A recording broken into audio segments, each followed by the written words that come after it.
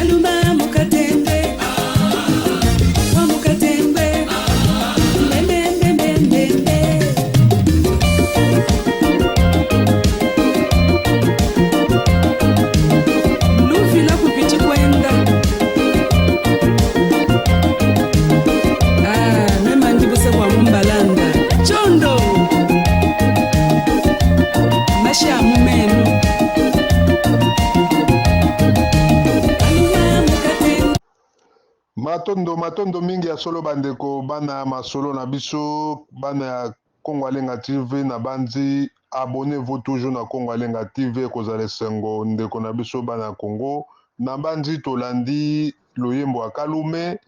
bandeko na biso ya mbujima ekananga bazali na pase pe mawa surtout biso moko bana RDC towuti kobungisa mamu national oyo abimisa MG 30 mamu national oyo asali makambo ebele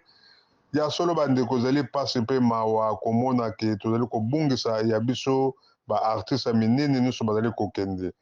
kasi ya solo polémique ezali koloba ke bato bazali koloba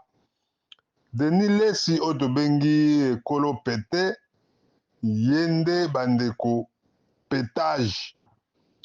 aprofesetaki yango mpona kolobaki ya solo profesi na ye balobi ekokisami ye alobaki yango ke 2022 oyo ekosila te artiste moko ya monene ya mwana mwasi akokufa kasi atangaki nkombo ya tyala mwana te kasi ya solo bandeko lelo tomoni maloba ya Denis Lesi ekokisami bandeko ezali pasi mpe mawa toyebeki ya solo kokola ya bandeko na biso baartiste na biso bazali kokola sante mpe ekomi mobulu mpona bango pamba te nzoto ezali lokola motuka soki osombi yango ata ya sika kasi ya solo bandeko ekomaka na ntango ekomi kokomela yo bampane ebele ndenge moko mpe biso nzoto ya bato tozali ntango tokolaka nzoto ekomaka mobulu nzoto ekomi koluka makambo ebele yango bandeko ke son âme repose en paix mama tyala mwana ya solo tokoki koya koloba mabe na ye te mama tyala mwana asali baevre na ye akotaki mpe na politike esika wapi biso nyonso tozali komona yango mama tyala mwana azalaki na PPRD ye azali kokumisa toujours Kabila autaki na Laurent Désiré Kabila na AFDEL ti mama tyala mwana akotaki na ye na PPRD na parti ya le Raïs Joseph Kabila mama tyala mwana azalaki kobombama te azalaki polele na kozala na kati ya parti politique ya PPRD yango lelo akufi bandeko ya PPRD mes condoléances pamba te babungisi ya bango vraiment oyo oyokaka mobundi monene na kati ya PPRD oyo azali kolobela bango mpe koyembela bango banzembo mama tyala mwana ya solo baartiste vraiment en tout cas mes condoléances mpe na baartiste na biso lelo mpe mobulu ezali kaka na kati ya baartiste na biso boyebi ke papa na biso Verkisti lelo akundami nanu te tala mobange ya makambo lisusu tozwi lelo mama tyala mwana auti kokufa toyebi te bandeko bibembe mibale na baartiste ya minene bakokunda yango lolenge nini papa na biso Félix Wasekwa asalaki nyonso bakunda ebembe mokolo ya fere alingaki abeta concert na ye kasi ya solo bandeko bakongolais tozali koyeba te na bapoliticien na biso ministre ya culture toyebi te makambo oyo ezali kosalama kaka na mboka na biso bokunda papa Verkis na lombango pamba te eyoma mosusu ememeli biso na mboka ya mama tyala mwana mamu national tolingi te bosangisa bibembe mibale esika moko toyebi te soki bosala programme ndenge nini kuna mpe kote ya sokoda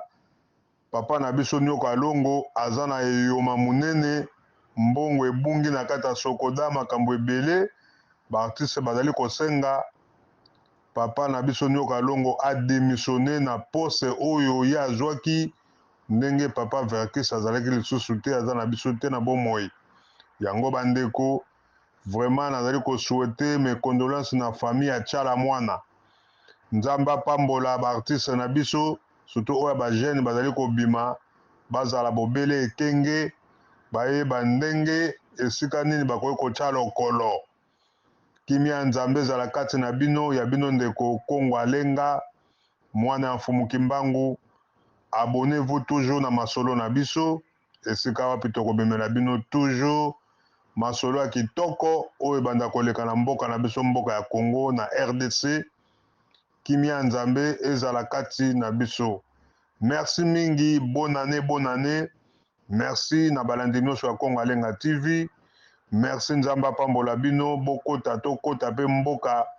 ya sika RDC ya sika na 2023 mboka na biso sikolama pote ya solo tobandi mvula ya sika mapamboli ya tata nzambe mboka ya fumuki mbangu